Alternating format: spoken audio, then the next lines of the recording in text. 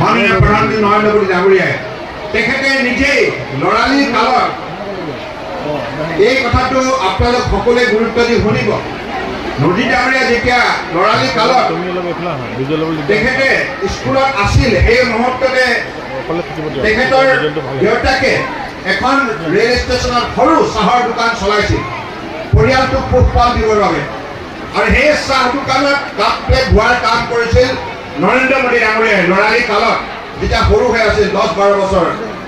তেতিয়াৰ পৰাই তেখেতে উপলব্ধি কৰিলে এই চাহ ক'ৰ পৰা আহে, এই চাহ উৎপাদনৰ অন্তৰালত কোন শ্ৰেণীৰ ৰাইজৰ আটাইতকৈ ডাঙৰ অৱদান আছে। আৰু তেতিয়া যেতিয়া ডাঙৰ হ'ল সকলোবিলাক কথা তেখেতসকলে বিশেষকৈ জ্যেষ্ঠসকলৰ মুখেৰে শুনিবলৈ পালে যে এই চাহ উৎপাদন হয় অসমত। আৰু এই চাহ উৎপাদন কৰাৰ ক্ষেত্ৰত চাহ শ্ৰমিক ৰাইজে মূৰৰ ঘাম মাটিত পেলাই কোৰ কোদাল মাৰি পাত তুলি বৰষুণ ৰ'দ সকলো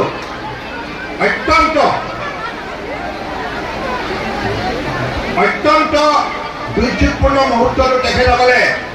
চাহৰ উৎপাদন বৃদ্ধি কৰাৰ ক্ষেত্ৰত আত্মনিয়োগ কৰে। গতিকে এই চাহ শ্ৰমিক ৰাইজৰ যি অৱদান আছে তাৰ বাবে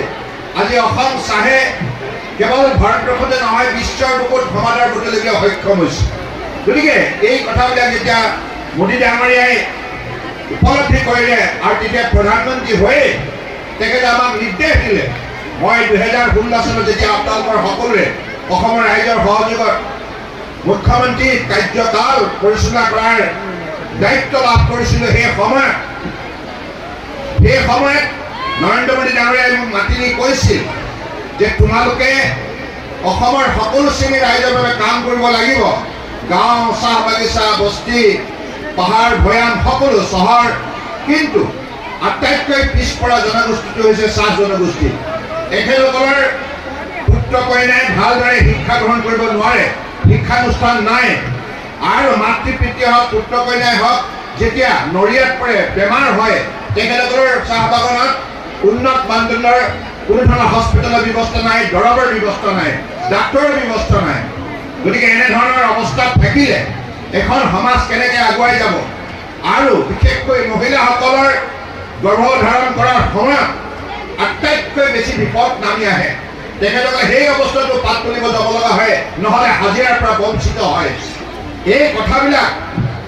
মাননীয় প্ৰধানমন্ত্ৰী নৰেন্দ্ৰ মোদী ডাঙৰীয়াই গভীৰভাৱে উপলব্ধি কৰি আমাক নিৰ্দেশ দিলে যে তোমালোকে অসমত এই ক্ষেত্ৰত ৰাজ্য চৰকাৰে বিশেষ উদ্যোগ ল'ব লাগিব। আজি চাওক আপুনি নেৰা নেপেৰা বৰষুণ বিভিন্ন ঠাইৰ পৰা আহিছে, কিমান দূৰৰ পৰা আহিছে, একদম ৰঘুপুৰীয়াৰ পৰা আৰম্ভ কৰি একেবাৰে গুইজানৰ পৰা ইফালে নামৰূপৰ একেবাৰে ওপৰত দিল্লী নামচাৰ। গতিকে মানে কিমান তেখেতসকলৰ একাগ্ৰতা, কিমান তেখেতসকলৰ দৃঢ়তা, আৰু তেখেতসকলে আজি প্ৰমাণ কৰিছে। আৰু এই শ্ৰমিক ৰাইজ বিৰাট শক্তিশালী। তেখেতসকলৰ মানৱ সম্পদ বিকাশ হ'লে নিশ্চিতভাৱে ভাৰত বিকাশ। গতিকে সেই বিশ্বাসেৰে আমি আগন্তুক দিনত এই সমাজক আমি নিষ্ঠাৰে সেৱা কৰি যাম। সমগ্ৰ অসমীয়া জাতি গঠন প্ৰক্ৰিয়াত চাহ শ্ৰমিক ৰাইজৰ যিটো উল্লেখযোগ্য অৱদান আছে, এই কথা আমি কোনোৱে পাহৰিব নোৱাৰোঁ। বৃহত্তৰ অসমীয়া সমাজ শক্তিশালী কৰাৰ ক্ষেত্ৰত তেখেতসকলৰ যিখিনি অৱদান, সেই অৱদান নিশ্চিতভাৱে সকলোৰে বাবে আদৰ্শ। আৰু মই ভাবোঁ যে এনেধৰণে অসমীয়া সমাজখন আমি শক্তিশালী ৰূপত গঢ় দিব লাগিব। বৰাক ব্ৰহ্মপুত্ৰ পাহাৰ ভৈয়াম একাকাৰ হৈ মোদী ডাঙৰীয়াৰ নেতৃত্বত আগন্তুক দিনত ভাৰতবৰ্ষক এখন শক্তিশালী উন্নত ৰাষ্ট্ৰ হিচাপে গঢ়ি তোলাৰ ক্ষেত্ৰত আমি এই যাত্ৰাত ভাৰতীয় জনতা পাৰ্টীৰ অসম চাহ জনজাতি মুখৰ তৰফৰ পৰা, মৰ্চাৰ তৰফৰ পৰা দি পাইছে আজি ইয়াত ডিব্ৰুগড় জিলাৰ 160খন চাহ বাগিচাৰ মহিলা আইসকলক লৈ সভা আয়োজন কৰিলে। এই সভাৰ প্ৰধান উদ্যোক্তা ৰাজ্যিক সমিতি আৰু জিলা সমিতি, ডিব্ৰুগড় জিলা সমিতি চাহ মৰ্চাৰো যৌথভাৱে এই আয়োজনত আন্তৰিকতা সহযোগিতা আগবঢ়ালে। আৰু এই সভাত আপোনালোকে নিজে দেখিলে যে যোৱা 10 বছৰ কাৰ্যকালত মোদী ডাঙৰীয়াৰ নেতৃত্বত বিজেপি নেতৃত্বাধীন NDA চৰকাৰ দিল্লীত, বিজেপি নেতৃত্বাধীন মিত্ৰজোঁটৰ চৰকাৰ অসমত যৌথভাৱে অসমৰ সকলো জাতি জনগোষ্ঠীৰ সৰ্বাংগীন উন্নয়নৰ বাবে যিখিনি উদ্যোগ লৈছে এই উদ্যোগবিলাকৰ ফলত আজি প্ৰতিটো জনগোষ্ঠী সবলীকৰণ কৰাৰ ক্ষেত্ৰত চৰকাৰ সফল হৈছে আৰু বিশেষকৈ চাহ জনগোষ্ঠী চাহ বাগানৰ লাইনত হওক বা বস্তিত হওক আদিবাসী যিসকল লোকে অতদিনে সামাজিক ন্যায় পোৱা নাছিল সামাজিক সুৰক্ষা পোৱা নাছিল অৰ্থনৈতিক উন্নয়নৰ মুখ দেখা নাছিল কংগ্ৰেছৰ কাৰ্যকালত কংগ্ৰেছে 60 বছৰ ৰাজত্ব কৰিলে তেখেতসকলক সদায় ভোট বেংক হিচাপে ব্যৱহাৰ কৰিলে কোনো দিনে তেখেতসকলৰ মৌলিক সমস্যা স্থায়ী সমাধানৰ বাবে উদ্যোগ নলয় তেখেতসকলৰ চাহ শ্ৰমিকৰ পুত্ৰ কন্যাৰ শিক্ষা স্বাস্থ্য আৰু জ্যেষ্ঠ নাগৰিকসকলৰ স্বাস্থ্য আৰু তেখেতসকলৰ অৰ্থনৈতিক উন্নয়নৰ বাবে তেখেতসকলক নানা ধৰণৰ সা সুবিধা আৰু তেখেতসকলৰ দক্ষতা বিকাশৰ বাবে বিভিন্ন ধৰণৰ পদক্ষেপ আৰু গৰ্ভৱতী মহিলাৰ বাবেও তেখেতসকলে কোনো ধৰণৰ পদক্ষেপ গ্ৰহণ নকৰাৰ ফলত আজি এই শ্ৰমিক ৰাইজ ইমান শক্তিশালী হোৱাৰ স্বত্তেও তেখেতসকলক বাধ্যতামূলকভাৱে পিছপৰাই ৰাখিছিল কংগ্ৰেছৰ সম্পূৰ্ণৰূপে তেখেতসকলৰ বৈষম্যমূলক নীতি গতিকে সেই নীতিক ওপৰাই ভাৰতীয় জনতা পাৰ্টীৰ নেতৃত্বাধীন NDA চৰকাৰখনে তেখেতসকলৰ উন্নয়নৰ বাবে যিখিনি পদক্ষেপ ল'লে শিক্ষা সংস্কৃতি ক্ৰীড়া স্বাস্থ্য আৰু তেখেতসকলৰ অৰ্থনৈতিক উন্নয়ন তেখেতসকলৰ সামাজিক সুৰক্ষা সামাজিক নিৰাপত্তা আৰু অৰ্থনৈতিক উন্নয়ন আৰু মৰ্যাদা সহকাৰে জীৱন নিৰ্বাহ কৰাৰ বাবে সকলোবিলাক মৌলিক সা সুবিধা প্ৰদান কৰাৰ ক্ষেত্ৰত ভাৰতীয় জনতা পাৰ্টীয়ে যিখিনি উদ্যোগ ল'লে তাৰ ফলত আজি শ্ৰমিক ৰাইজ শক্তিশালী হৈছে তেখেতসকলৰ পুত্ৰ কন্যাই যোগ্যতাৰ ভিত্তিত আজি ACS বা অন্যান্য প্ৰতিযোগিতামূলক পৰীক্ষাত শিক্ষাৰ্থীৰে উত্তীৰ্ণ হৈ আজি একোগৰাকী বিষয়া হিচাপে নিজক প্ৰতিষ্ঠা কৰিবলৈ সক্ষম হৈছে গতিকে যি জনগোষ্ঠীয়ে 200 বছৰ কাল কঠোৰ পৰিশ্ৰমৰ যোগেদি নিষ্ঠা আৰু আন্তৰিকতাৰে